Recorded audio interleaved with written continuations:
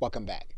When you are working with affiliate networks to promote their products, you are going to be working with HTML code. And the way you do that is you're going to be using their offers and links. So for example, you'll notice that inside of this particular advertiser that there are link types. Specifically, there are specific banners.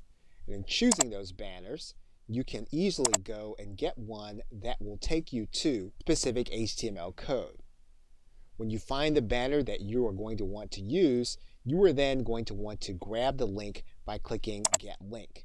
This is going to bring you to link code. And what we're going to do is we're going to take this entire link code, copy it, and we're going to put it on our website. But before we do that, we're going to open up a notepad file and we're going to look at the actual code. And what you have here is a specifically coded link. This link will point to the website, also has a specific affiliate ID as well as the offer ID. We can then see the image source, and this entire source is going to be our image. So for example, we could copy this image and we can look at it separately in a browser. And you'll see that here.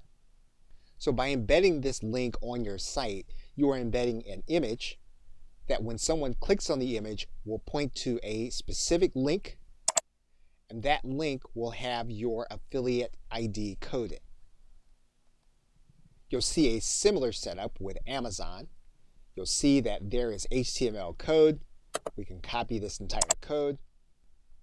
And once again, inside of the code, we can find the image due to its tag.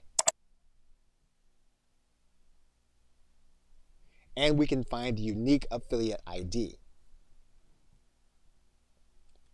So in essence, you should always know if you're placing your code directly by looking at the code to find your affiliate ID as well as the particular image that it is pointing to, as well as the site that clicking on the link will take you. Okay, so with that, thanks, and I will see you in another video.